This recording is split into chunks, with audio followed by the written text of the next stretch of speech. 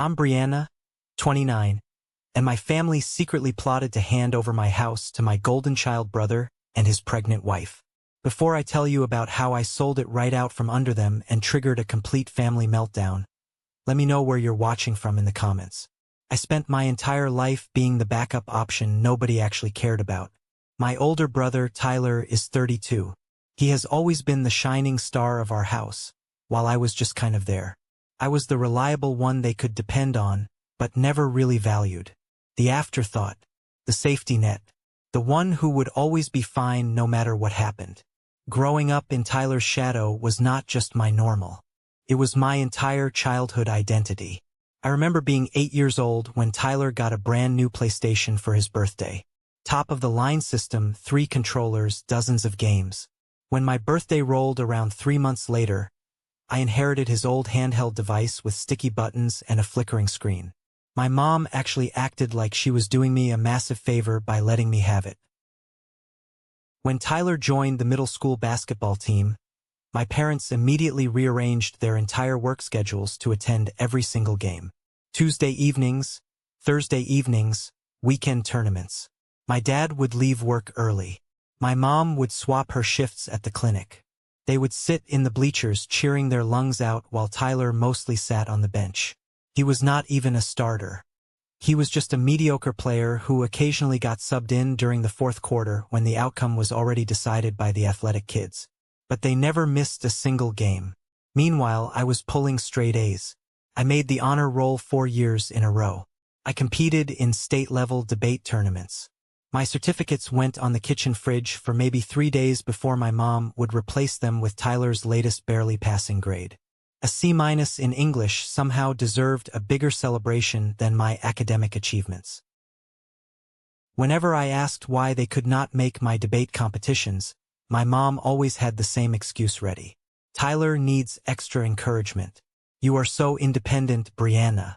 You have always been our little adult. You do not need us there the same way he does. Little adult. I heard that phrase so many times growing up, it might as well have been printed on my birth certificate. Little adult was just their code word for we do not need to pay attention to you because you are not causing us any immediate problems. The favoritism only got worse as we got older. Tyler dropped out of college after 3 semesters, completely funded by my parents. Meanwhile, I worked 2 jobs to cover my own tuition. I won scholarships. I graduated with a 3.7 GPA.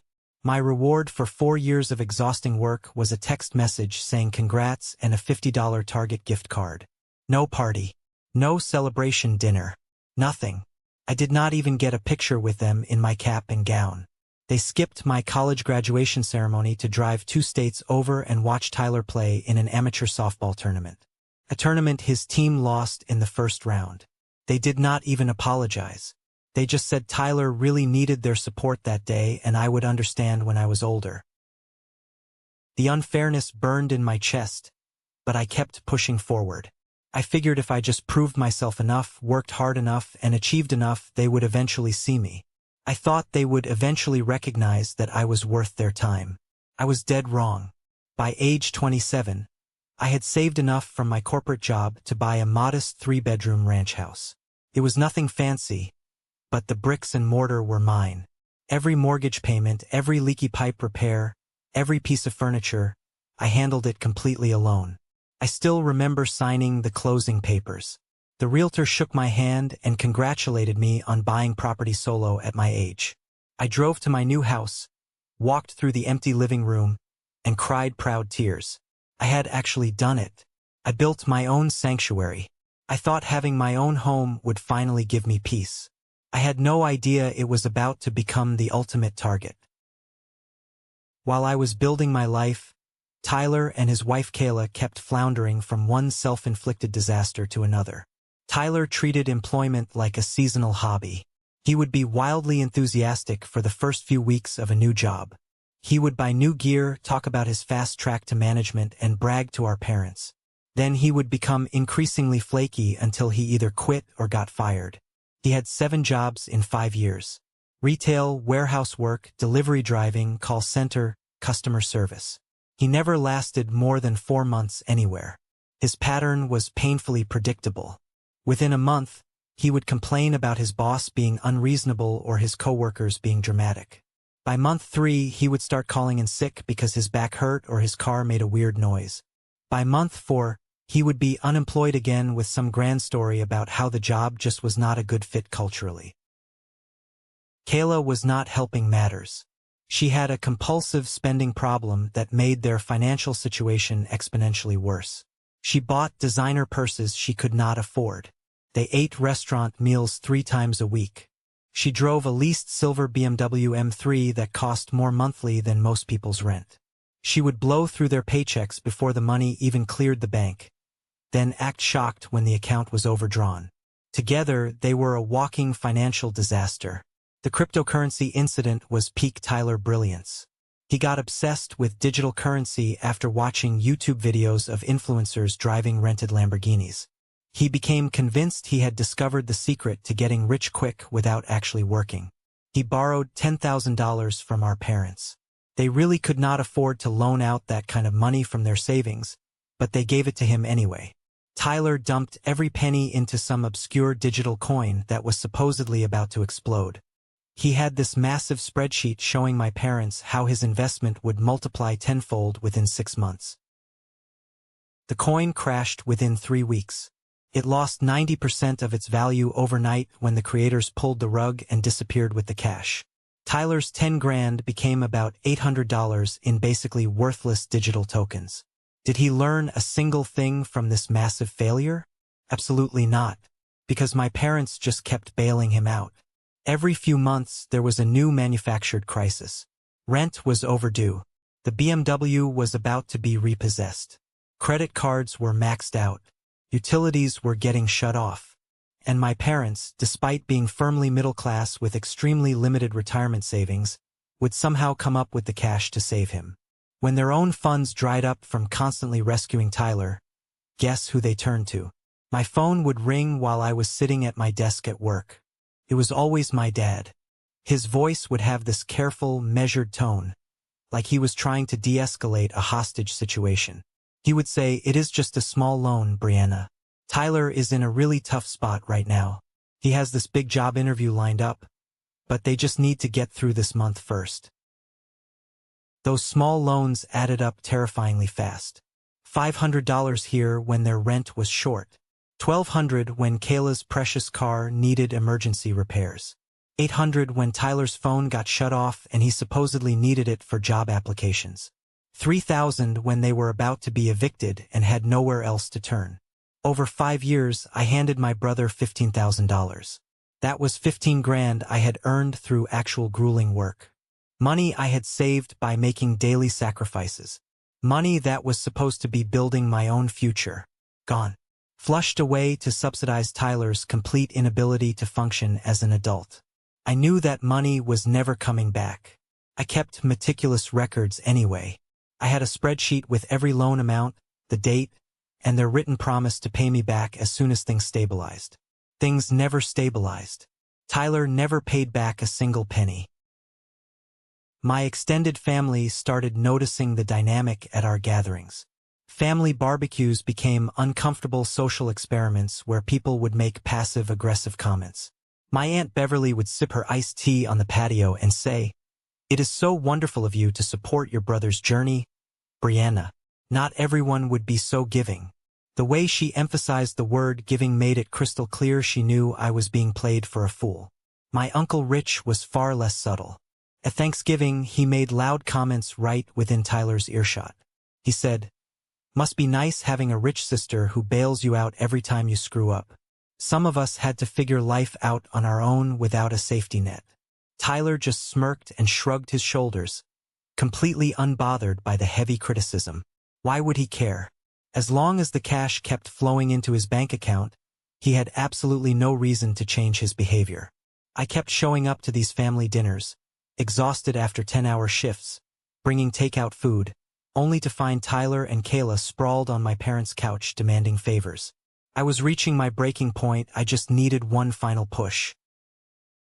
The dinner that changed my entire life happened on an unseasonably warm Thursday evening in October. I had just wrapped a massive corporate project at work. I spent 3 grueling months analyzing compliance protocols for a corporate merger that finally got approved. My team celebrated with cake in the break room that afternoon. I was exhausted but genuinely happy. I was ready to go home, lock my doors, and celebrate in peace with a hot bubble bath and some trashy reality TV. Instead, my phone buzzed with a text from my mom. "Family dinner tonight. 6:30. Do not be late." The exclamation points should have warned me immediately. My mom only used excessive punctuation when she wanted something big.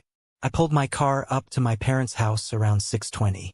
I parked right behind Tyler's beat-up sedan and Kayla's shiny leased BMW. The monthly payment on that car was easily $1,400, which was utter insanity considering Tyler was currently unemployed again. The heavy smell of my mom's homemade lasagna hit me the second I opened the front door. It is my absolute favorite dish. My mom only made lasagna from scratch for major holidays or when she was about to ask for a massive favor. I should have turned around right then. I should have faked a sudden migraine or a compliance emergency at the office.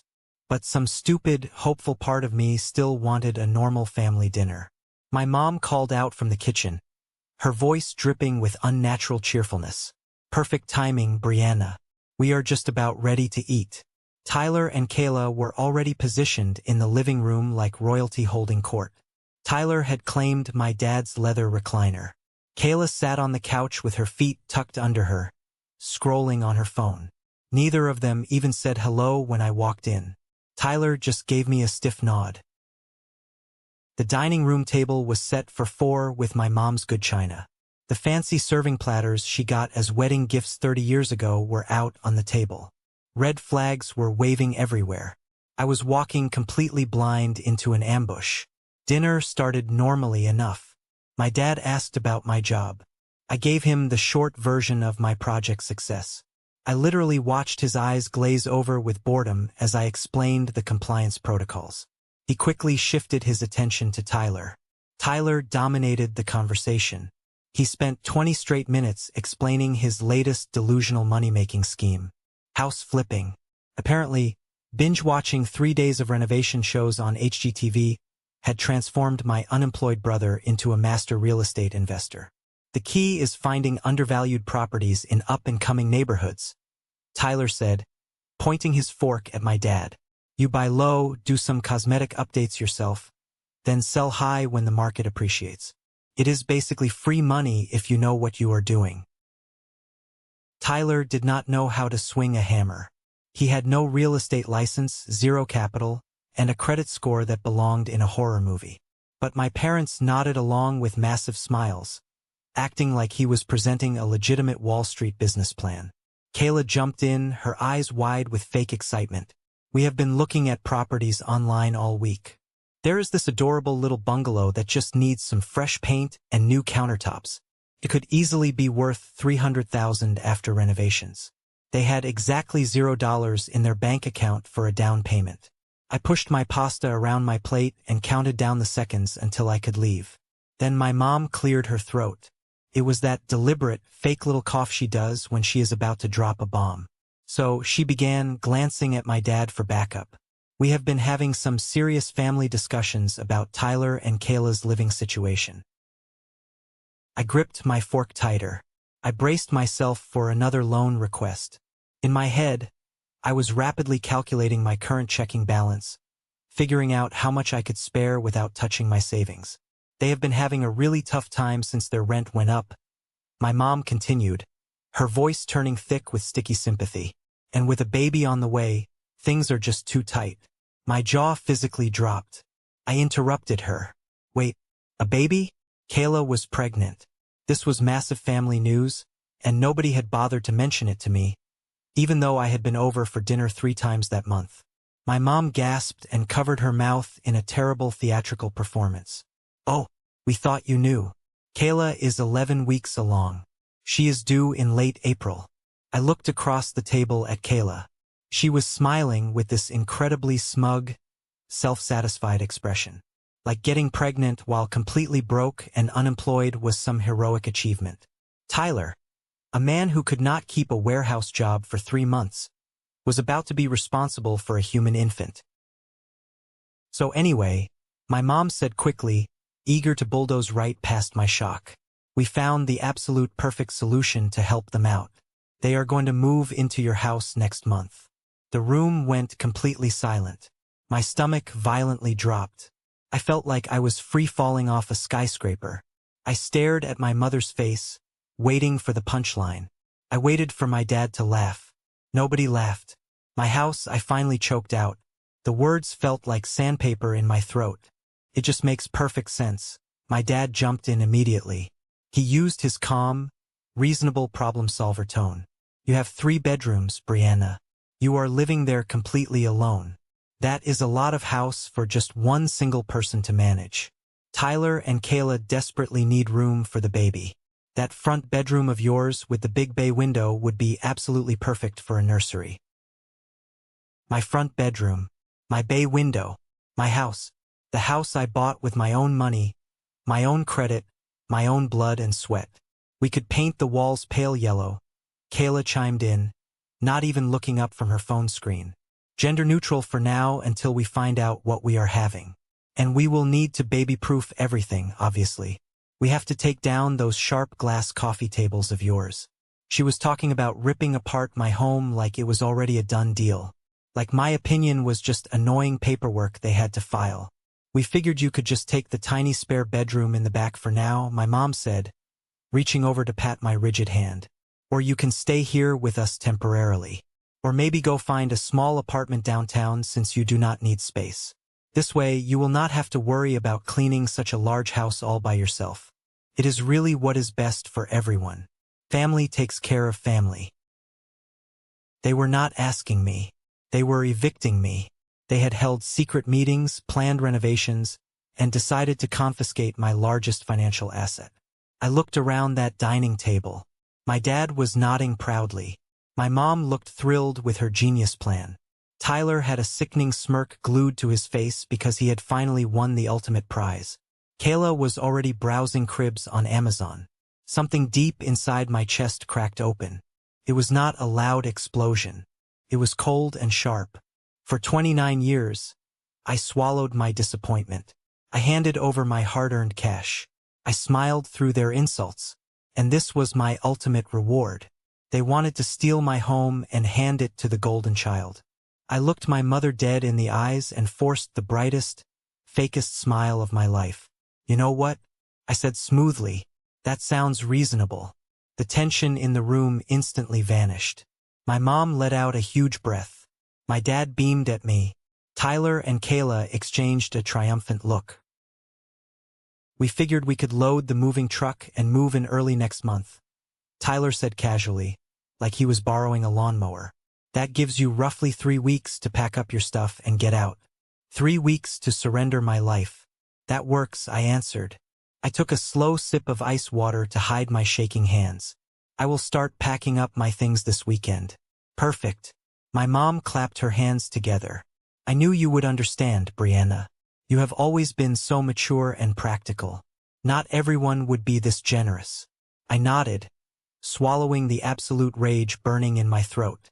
I let them talk about nursery decorations for another hour before making my excuse to leave. When I finally got to my car, I gripped the steering wheel so hard my knuckles turned white. I did not cry. The sadness was gone. I was just purely, dangerously furious. If they wanted my house, they could have it. Just not the way they expected. 2 months before this nightmare dinner, my boss Jennifer had called me into her corner office. I thought it was a routine performance review. Instead, she slid a glossy folder across her desk. It was an offer for a senior compliance analyst position at our corporate headquarters in Chicago. It came with a massive promotion and a 35% salary bump. The catch was that I had to relocate immediately. At the time, I turned it down.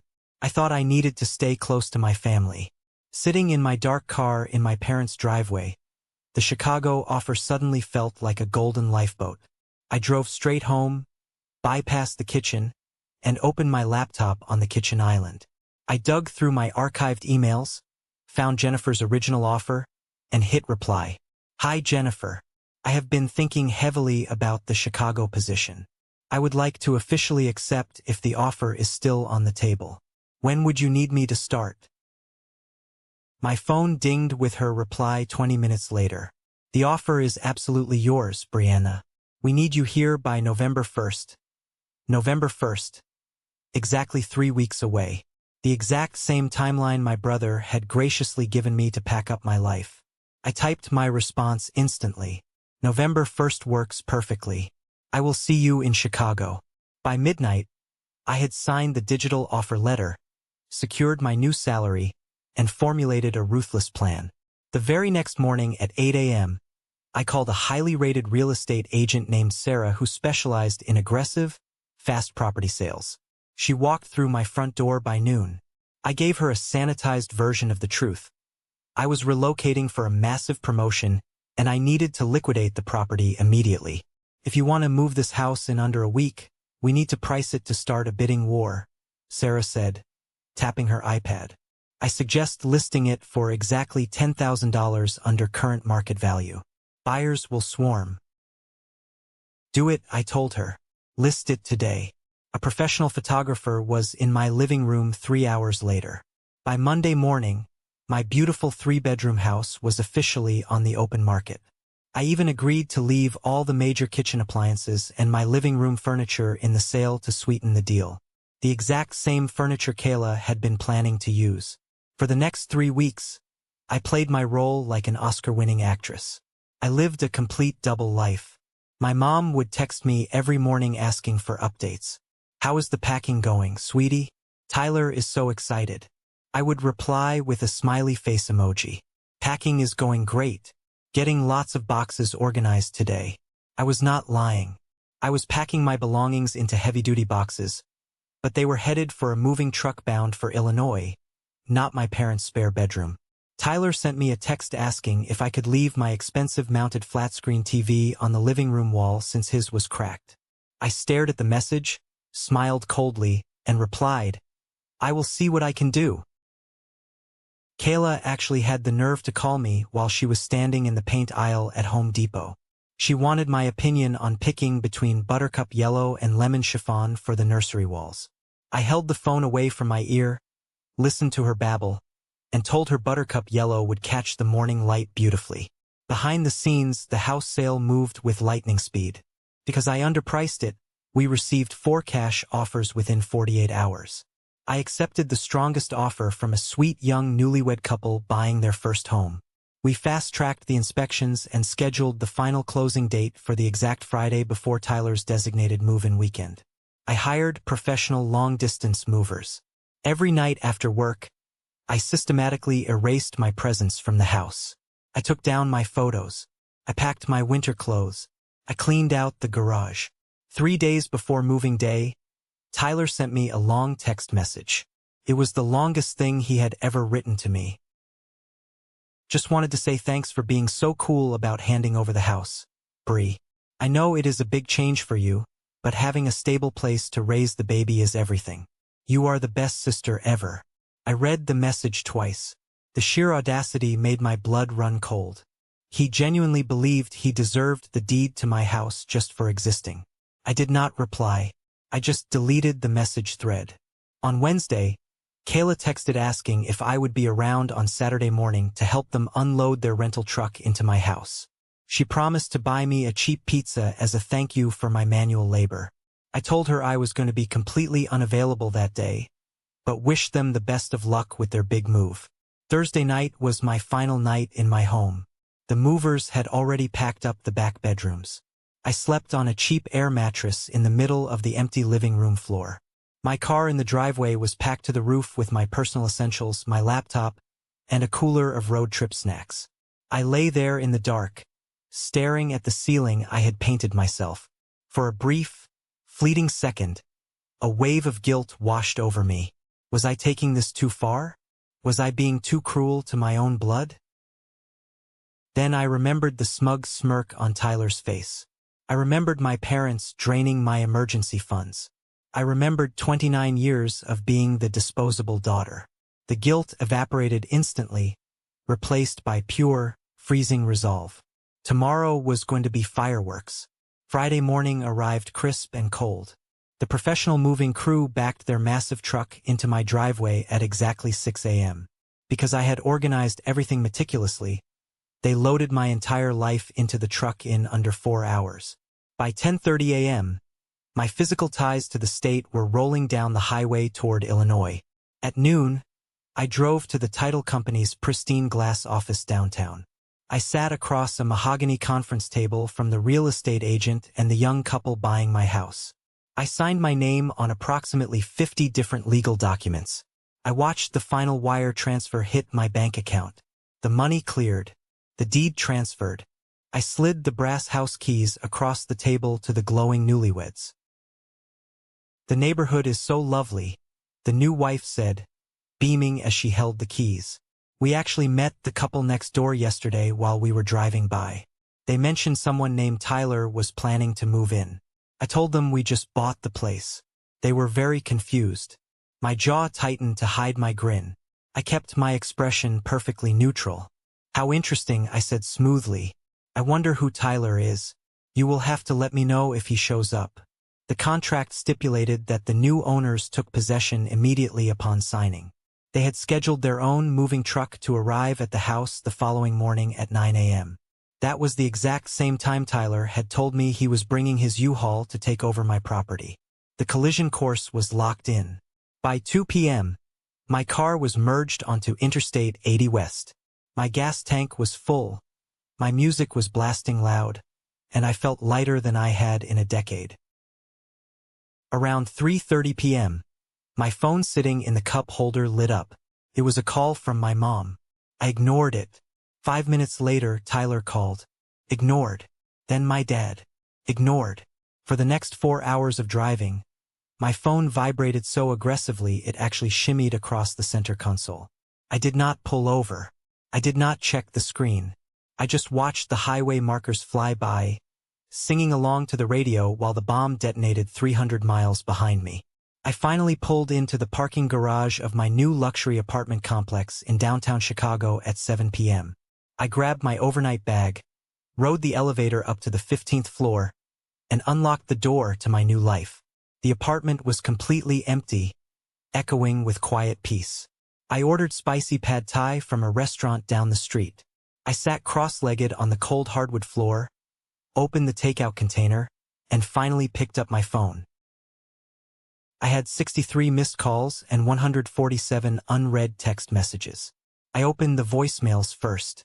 My mom's messages charted a terrifying progression of human panic. Message 1. "Brianna, sweetie, call me back. Tyler is at the house with the U-Haul, but his key is not working, and there is another moving truck in the driveway. Call me." Message 2. "Brianna, where are you? There are strangers inside your house claiming they own it. Tyler is arguing with them on the front lawn. This is not a funny prank. Pick up your phone right now." Message 3. Her voice completely hysterical and sobbing. "They have a deed, Brianna. The police are here looking at the paperwork. How could you do this to your own brother? To your family? Where are they supposed to live tonight? The U-Haul is full. Call us back. We can fix this." I calmly ate a bite of noodles and switched to the text messages. My dad's texts were strictly aggressive commands. "Explain yourself immediately.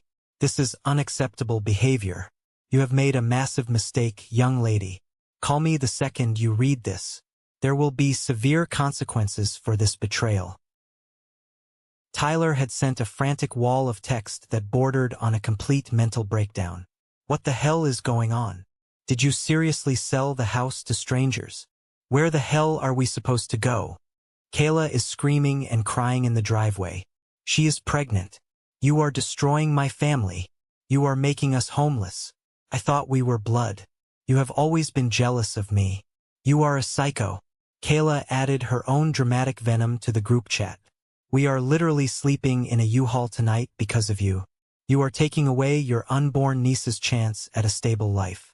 I will never, ever forgive you for this. You are a monster.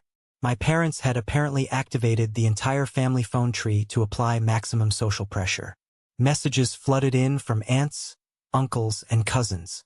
Cousin Lindsay wrote, "Really mature, Brianna. running away like a coward instead of helping your pregnant sister-in-law. Aunt Beverly wrote, "Your poor mother is hyperventilating in my kitchen. I hope you are proud of the damage you caused today." I sat there on the floor, reading every single hateful word. They were calling me a monster for selling my own property. They were blaming me for making a 32-year-old man homeless.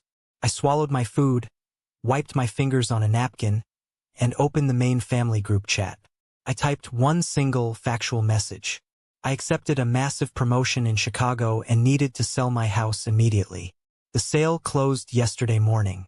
You should have checked with me before packing your boxes. Good luck with everything. I hit send. Then, methodically, I went through my contact list. I blocked my mom. I blocked my dad.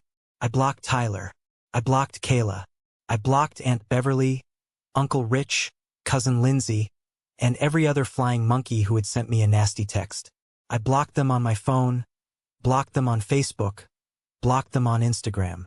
With every single block, a heavy iron chain snapped off my chest. I turned my phone to silent, tossed it on the kitchen counter, and took a boiling hot shower. I slept on my air mattress that night and had the deepest, most peaceful sleep of my entire adult life. It has been exactly 6 months since I ghosted my toxic family and started fresh in Chicago. Let me tell you, it was the best decision I have ever made in my entire life. My new job is phenomenal. The corporate team actually respects my boundaries and values my input. Because of my hard work, I already received another promotion to lead analyst, which came with a huge salary increase. I made a solid group of friends here who know absolutely nothing about my past. They just see me as Brianna, not the family safety net. I also started dating a guy named Mark. He is a financial risk analyst. He treats me with incredible respect and actually plans dates instead of asking me for money. Even though I blocked my family, I still get the drama updates through Rachel, an old coworker from my hometown who absolutely loves to gossip.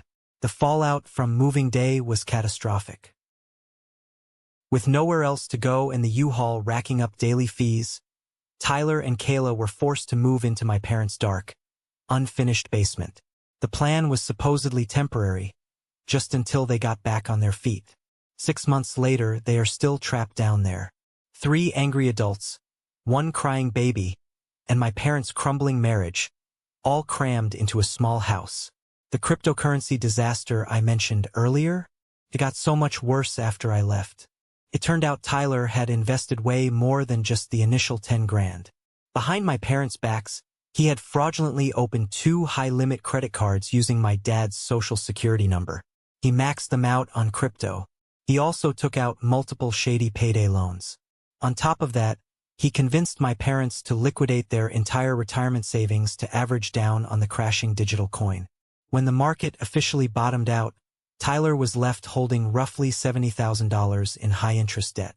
Because of the credit card fraud, my parents had to take out a second mortgage on their house just to pay off the angry banks and keep Tyler out of federal prison. Because their retirement fund is gone, my parents are both still working grueling shifts in their mid-60s. Rachel told me my mom looks like she has aged 15 years. My dad's blood pressure is dangerously high. Worse yet, because they took on Tyler's massive debt, they fell completely behind on their own mortgage payments. The bank initiated foreclosure proceedings last month. They are going to lose the house I grew up in. Tyler was finally forced to get a job at a big box hardware store making minimum wage, just folding tarps and sweeping aisles. Kayla got a job at a local coffee shop, but she called in sick so many times complaining about her back that they fired her after exactly 3 weeks. In April, Kayla gave birth to a baby girl. They named her Brianna. Rachel told me Kayla chose my name as some sort of twisted peace offering, hoping it would manipulate me into unlocking my bank accounts and rushing back to save them. When I first heard the baby's name, I saw red. How dare they use my name to score points? But when the anger faded, I just felt a crushing sadness for that innocent little girl. She was born into pure financial and emotional chaos through absolutely no fault of her own. So, I did something I have not told anyone else about. I hired a tough financial lawyer in Chicago. I set up an ironclad, anonymous college fund for my niece. We structured it through a blind trust so my brother and parents can never trace it back to me. The college fund will mature on her 18th birthday. It contains enough cash to cover 4 years of university tuition at a state school, plus a modest living stipend. Tyler and Kayla cannot touch a single dime of it. When little Brianna turns 18, she will have a ticket out of that toxic basement. She deserves better than the childhood I got. My parents tried desperately to reach me. They had old church friends email me about forgiveness. They had distant relatives message me on LinkedIn. I ignored every single one. But last month, a handwritten letter slipped through my defenses. It was forwarded from my old P.O. box. The return address was from an assisted living facility. It was from Gramps, my dad's father. I had avoided him, assuming he sided with my dad. I opened the envelope. The letter was written in his shaky, looping handwriting. Brianna, I heard the absolute truth about what they tried to do with your house. Your mother spun a wild story, but I know exactly how those people operate. I watched them favor Tyler your entire life, and it sickened me.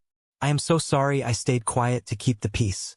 I let your father convince me to leave Tyler the bulk of my estate because you were the strong one who would always survive. But I see the truth now. You only survived because you never had the luxury of being weak. I have called my lawyer and changed everything. You will get what is fair. I am so incredibly proud of you for walking away. Love, Gramps. I sat on my expensive living room sofa and wept. They were the first tears I had shed since leaving. Someone finally saw me. Someone finally validated the unfairness of my entire life. Gramps passed away quietly in his sleep 2 months later. He was 92. I flew back to my hometown for the funeral. I wore a black dress, a wide-brimmed hat, and large sunglasses. I sat in the very back row of the church, completely ignoring the shocked stares from my aunts and uncles. I watched my parents cry. I watched Tyler look bored. The second the service ended, I slipped out the heavy wooden doors, got in my rental car, and flew straight back to Chicago before they even made it to the cemetery. The dramatic climax happened at the lawyer's office during the will reading last week. Gramps kept his absolute word. He left Tyler exactly one single dollar bill, sealed in an envelope with a typed note that read, "You took everything you could while I was breathing. It is time to earn your own way." He left my parents nothing. Zero. Every other asset, his paid-off house, his life insurance policies, his stock portfolio came directly to me. After the estate taxes cleared, my massive inheritance totaled roughly $380,000. My parents lost their minds. They immediately hired a cheap lawyer to contest the will, claiming Gramps suffered from dementia when he made the changes. Gramps' attorney pulled out a stack of signed medical evaluations from 3 different neurologists proving Gramps was sharper than a tack until the day he died. The judge threw their case out of court in 5 minutes.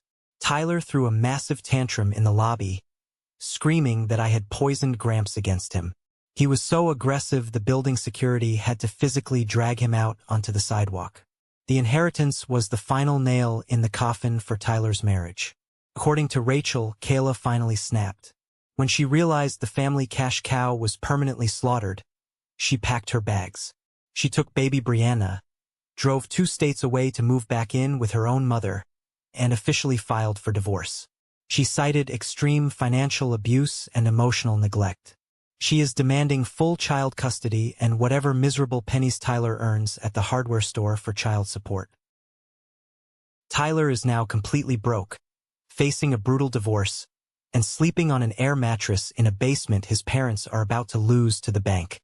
Meanwhile, I am thriving. I used a chunk of my inheritance to buy a gorgeous condo overlooking Lake Michigan.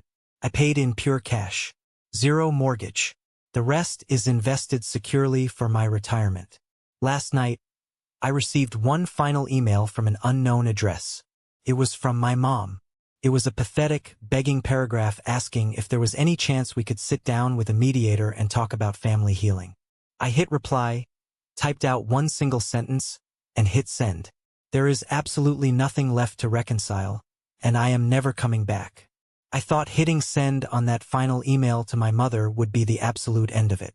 I thought setting that boundary and walking away with my inheritance would finally force them to face reality. But if you have ever dealt with deeply entitled people, you know they do not just give up when you cut off their supply. They double down. They get desperate. And desperate people do incredibly reckless things. About 3 weeks after the disastrous will reading where my lawyer shut down their ridiculous claims about Gramps' mental state, things escalated from annoying to legally unhinged. I was sitting in my corner office in Chicago. I was reviewing some compliance reports for my new promotion, drinking an iced coffee, just enjoying the quiet hum of the city 20 floors below me. My desk phone rang. It was the receptionist down in the main lobby. She told me there was a process server waiting for me at the front desk. My heart did a strange little flutter. In my line of work, dealing with corporate compliance, legal documents are somewhat normal, but process servers showing up unannounced usually mean bad news. I took the elevator down to the marble lobby. A guy in a plain gray windbreaker handed me a thick manila envelope, asked me to confirm my name, and walked out the glass doors. I opened the envelope right there standing next to the security desk. My parents were actually trying to sue me. They had somehow found a sleazy, strip mall attorney back in my hometown who was willing to file a civil lawsuit against me. They were suing me for repayment of living expenses and educational support, spanning from the time I was born until I turned 18. I am not kidding. They itemized my childhood. They literally included an estimated cost for groceries, electricity, my middle school braces, and a portion of the property taxes for the house I grew up in. They claimed that because I had received the bulk of Gramps' inheritance, I was now legally obligated to reimburse them for the financial burden of raising me, so they could pay off Tyler's massive cryptocurrency debts and save their house from foreclosure. They wanted $250,000. I did not panic. I did not cry. I just started laughing. I laughed so hard the security guard actually asked if I needed him to call an ambulance. It was just so pathetic. It was the ultimate proof that they never saw me as a daughter. I was just an ATM. I was an investment account they felt they had the right to liquidate. I marched back up to my office, scanned the ridiculous documents, and emailed them directly to the brutal financial lawyer I had hired to set up my niece's college fund. I called him 5 minutes later. I asked him if this was a joke. He told me it was worse than a joke. It was a frivolous abuse of the legal system. He said any judge with half a brain would throw this out and sanction the attorney who filed it. Parents are legally required to provide for their minor children. You cannot retroactively bill your offspring for feeding them when they were 12. My lawyer drafted a response that was essentially a legal sledgehammer. He not only filed a motion to dismiss their absurd lawsuit instantly, but he also filed a counter-motion for my legal fees and threatened to report their attorney to the State Bar Association for filing malicious litigation. He sent a separate cease and desist letter by certified mail to my parents' house, explicitly stating that any further contact, harassment, or extortion attempts would result in immediate restraining orders. I heard the fallout of that letter through Rachel, my hometown informant. When my parents realized their lawsuit was dead on arrival and that they might actually have to pay my expensive Chicago lawyers hourly fees, the reality of their situation finally crushed them. The delusion broke. The bank officially finalized the foreclosure on my childhood home the following Tuesday. They had 90 days to vacate the premises. Rachel drove by the house a few weeks later and called me from her car. She said they were holding a massive estate sale on the front lawn. My mom was selling off her precious fine china, the same plates she used at that extortion dinner when they tried to steal my house. She was selling her vintage furniture, my dad's golf clubs, and the heavy oak dining table. Tyler was supposedly sitting on the porch, refusing to help carry boxes, just scrolling on his cracked phone while strangers picked through their belongings for spare change. I asked Rachel how it felt to see it. She said it just looked incredibly sad. A whole family legacy, sold off for pennies on the dollar, all because they refused to hold their golden child accountable. Meanwhile, Tyler's divorce was turning into a bloodbath. Kayla was absolutely ruthless. She realized Tyler had zero assets, zero savings, and was about to be officially homeless once the bank locked the doors on my parents' house. So she went after the only thing she could, his future wages. The custody battle was entirely one-sided. Tyler had no stable residence, a documented history of financial fraud, and a minimum wage job. The judge granted Kayla primary physical custody of baby Brianna without a second thought. Tyler was granted standard visitation, but he did not even have a car to drive the 2 states over to see his daughter, because his beat-up sedan finally broke down and he could not afford a new transmission. The judge also ordered his wages to be heavily garnished for child support. A massive chunk of his miserable $11 an hour paycheck at the hardware store was legally diverted directly to Kayla before he even saw a dime of it. He was 32 years old, legally broke, divorced, living with his newly homeless parents, and taking home a paycheck so small it barely covered his gas station snacks. The golden child had finally tarnished.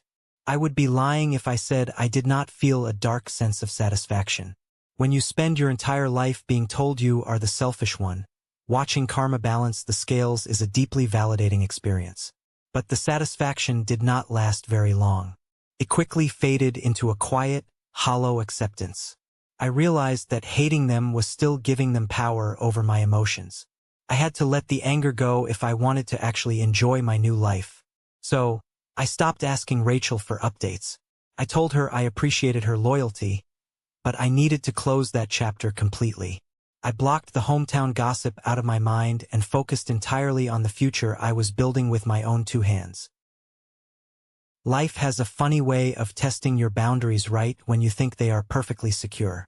It was mid-December. The Chicago wind was howling off Lake Michigan, dropping the temperature into the single digits. I was leaving my corporate building at 6 p.m., wrapped in a heavy wool coat, completely exhausted after a massive fourth-quarter compliance audit.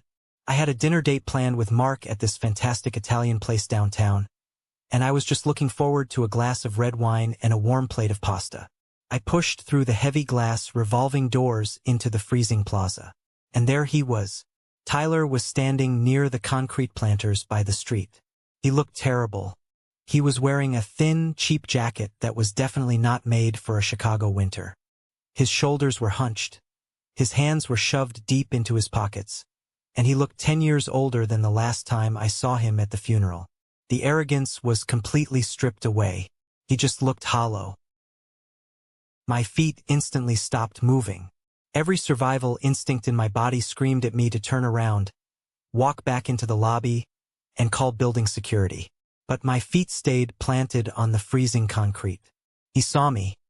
His eyes went wide, and he started walking quickly toward me, pulling his hands out of his pockets. "Brianna," he called out. His voice cracked against the wind. "Brianna, please, just stop for a second." I stood my ground. I did not shrink back. I pulled my shoulders back and looked him dead in the eye. "What are you doing here, Tyler?" He stopped about 6 feet away from me. He was shivering violently. "I took a Greyhound bus," he stammered, his teeth actually chattering. "Took 12 hours. I used the last of my paycheck. Please, Bree. I just need to talk to you. I am freezing. Can we just go inside? Can we get a coffee?" I did not move an inch. "No. You are not coming inside my building.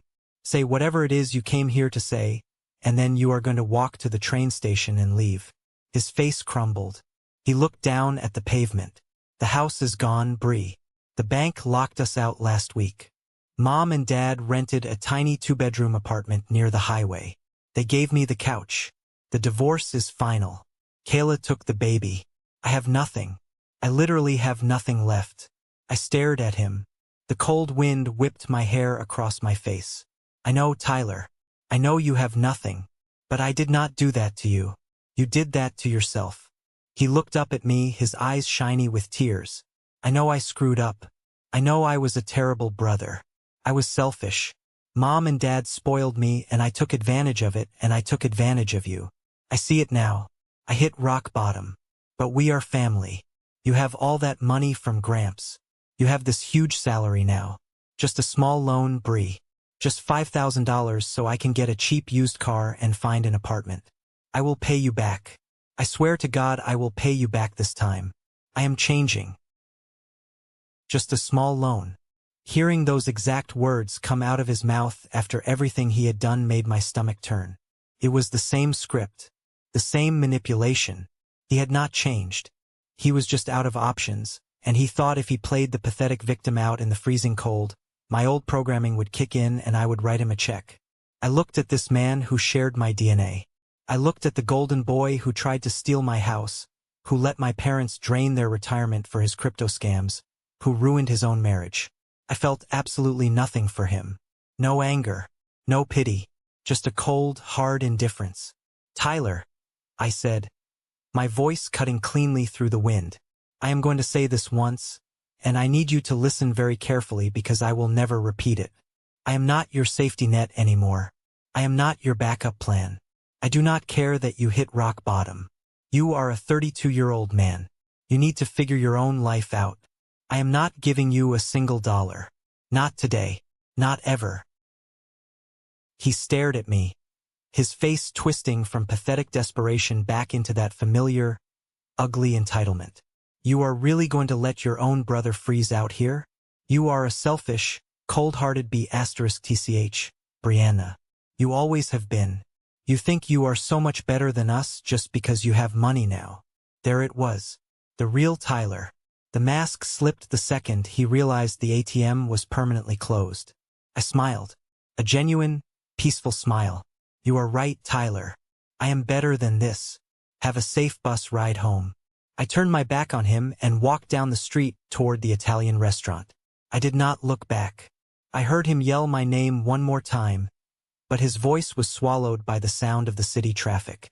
I kept walking. My phone buzzed in my pocket. It was a text from Mark saying he had secured a table by the window and ordered my favorite wine. I walked into the warm, glowing restaurant, took off my heavy coat, and sat down across from a man who actually valued me. We ate incredible food. We laughed. We talked about his week. I did not mention Tyler. Tyler was a ghost from a past life that no longer had any power over my present. That was 3 years ago. Today, my life is unrecognizable from the girl who used to sit at that dining room table desperate for her parents' approval. Mark and I got married last spring. We had a small, beautiful ceremony in a botanical garden here in Chicago. My friends stood by my side. My corporate mentor, Jennifer, gave a toast. Not a single person from my biological family was invited, and my wedding day was completely perfect, completely drama-free. My career has exploded. I am now the director of regional compliance for my firm. I make a salary I never even dreamed was possible when I was working 2 jobs to pay for college. The condo I bought with Gramps' inheritance has doubled in value.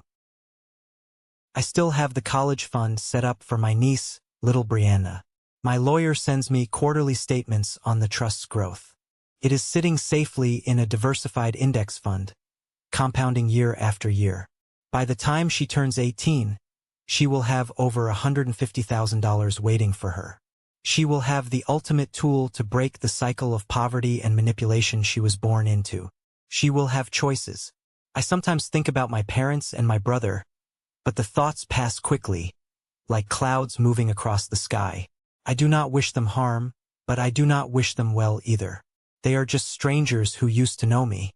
They chose their path, and they are living the exact life they built for themselves.